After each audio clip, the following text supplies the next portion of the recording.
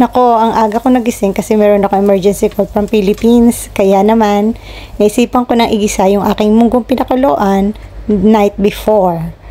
So yan, so mga alas 7 pa lang, immediata nagluluto na ako niyan. At yan ang ginawa kong tanghalian. At syempre, nakabili naman ako ng dahon ng ampalaya. Kaya, sold na sold. Walang karne yan. Bawang at sibuyas lang ang nagpabango dyan. At hindi lang siya munggo, yung lentil din, isinama ko dyan. Green lentil daw, pero hindi naman green, brown naman. Anyways, masarap siya mag-combine. Yung munggo at saka yung green lentil. Medyo madami-dami, pero parang hindi naman kasi pag kumain ako, yan lang. Tapos yung dahon ng ampalaya, the best. Ayan talaga isang nagpasarap sa ating munggo. At take note, nagustuhan din niya ng alaga ko, yung munggo.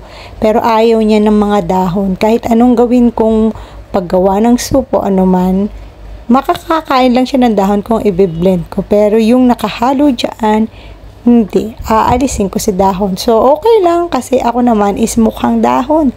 Pinaglihi nga ata ako sa kambing eh. Oo, totoo. Gusto ko yung mga green-green na ganyan. So, ito na. Luto na. Yan ang aking lunch. Oh, oh, yummy, yummy. Enjoy na enjoy ako dyan. Isang bowl na munggo. Wala na akong ibang kinain kundi yan. Walang rice o ano man. So, yun lang mga kabeba.